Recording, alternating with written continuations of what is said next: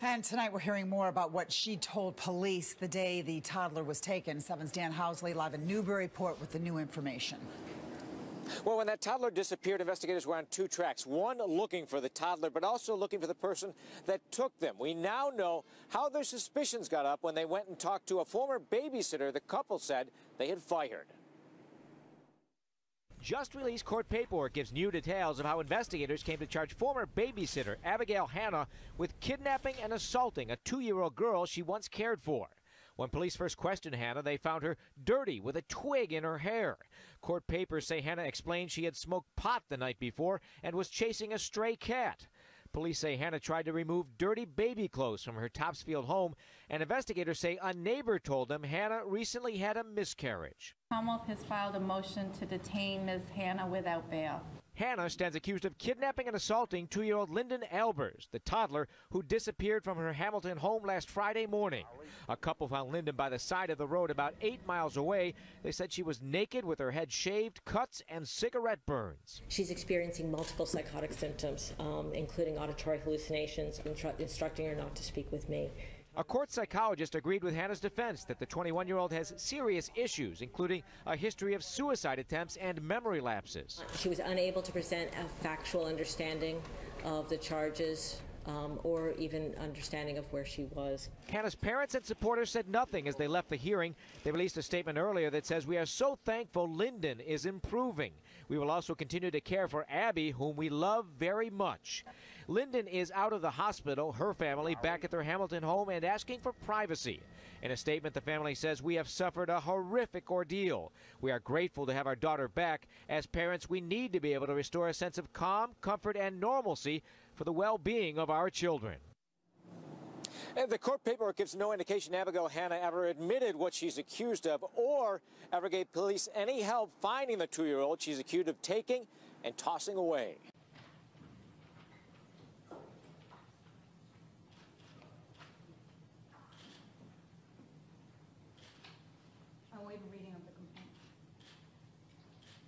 I interviewed her down in the lockup of this building.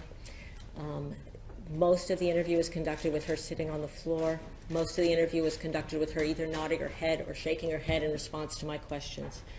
She had a barely adequate understanding of the land warning. She was unable to present a factual understanding of the charges or even understanding of where she was that was completely logical.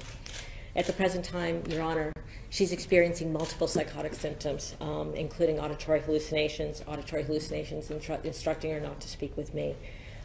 She is experiencing suicidal ideation, and she has not tried to hurt herself today, but it's not clear whether or not she is intending to at some time today. Over the weekend, she endorsed both auditory and visual hallucinations and has a history of multiple suicide attempts. She also has a history of multiple memory lapses. At the present time, as I said, she is basically mute. She is unable to give me demonstrate an adequate understanding of the factual nature of the criminal court system or of her charges.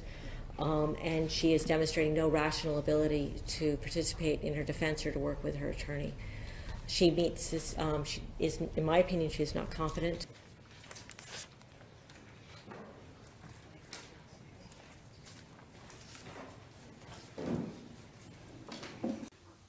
I certainly don't like jumping to conclusions in cases like these because obviously we barely know our little portion of the story.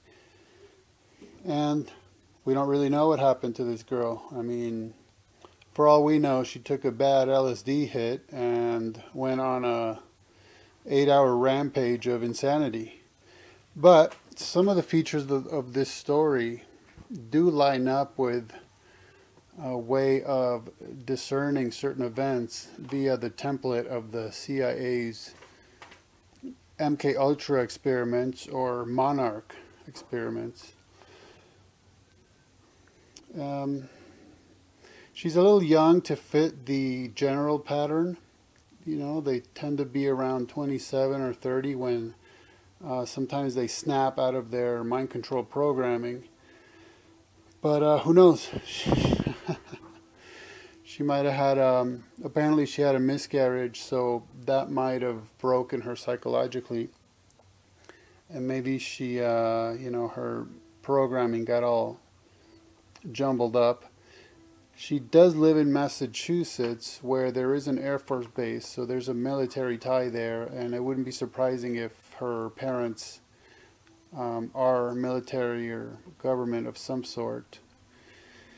She did shave the girl's head, the little girl she kidnapped. That is something that we're told is somewhat common when somebody breaks their programming. It's sort of a symbolic gesture they do, usually to themselves.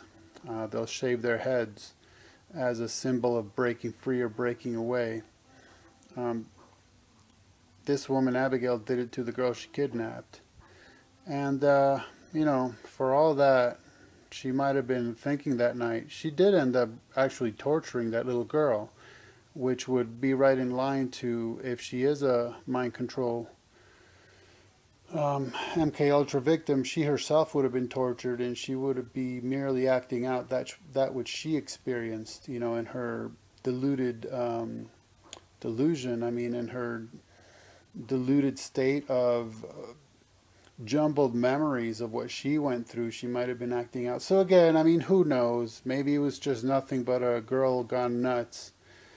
But also in the courtroom, you can see her. She's either putting on an act, which is very possible, or, you know, her brain is literally doing loops or on standby or something between commands. And she's acting very much like James Holmes did, just sitting there in the courtroom, just literally out of it. So who knows? It's just something to consider, and I'd like to say we'll see what comes out of it, but we really won't.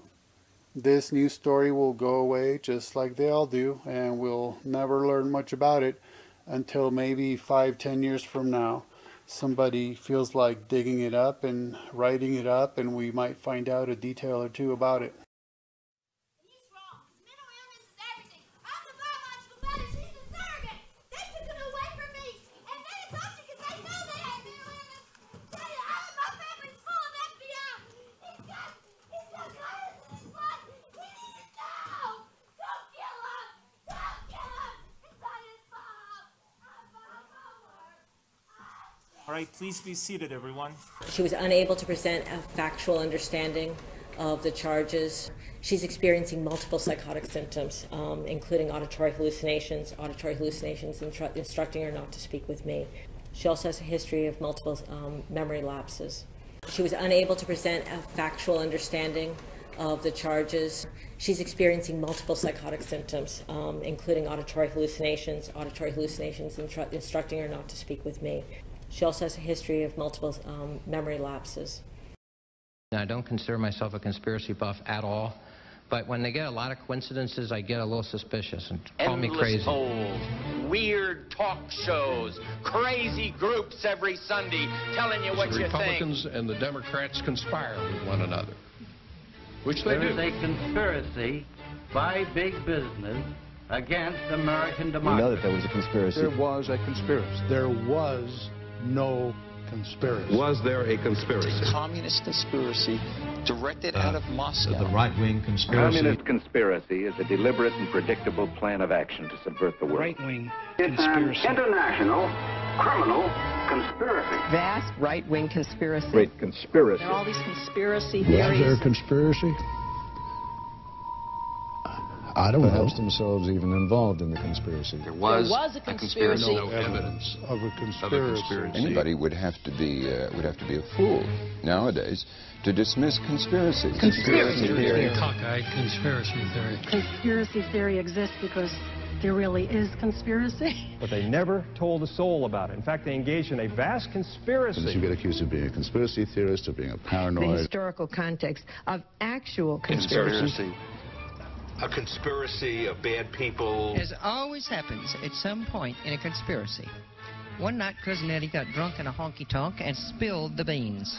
There was a conspiracy, and government was involved in it. Conspiracy existing within the United States government. There was a conspiracy. A conspiracy by the CIA. The conspiracy of a few. Dark, secretive, conspiratorial, evil. Then it was certainly a deliberate conspiracy. High-level conspiracy. The do's and the don'ts and the rights and the wrongs of the various conspiracy theories that are good. Possibility of a conspiracy. In a moral sense, I think it was a conspiracy. One conspiracy, that's all I'm talking about. Full of speculation, conspiracy theories, and the like. And what's going on here? You began to wonder what was really happening in America. I mean, was there a vast conspiracy afoot? You know, there could have been a conspiracy. Do you think you're obsessed with conspiracy? Conspiracy theory. A conspiracy. I'm afraid you'll catch me. I'm afraid you'll catch me. A conspiracy would do the job nicely.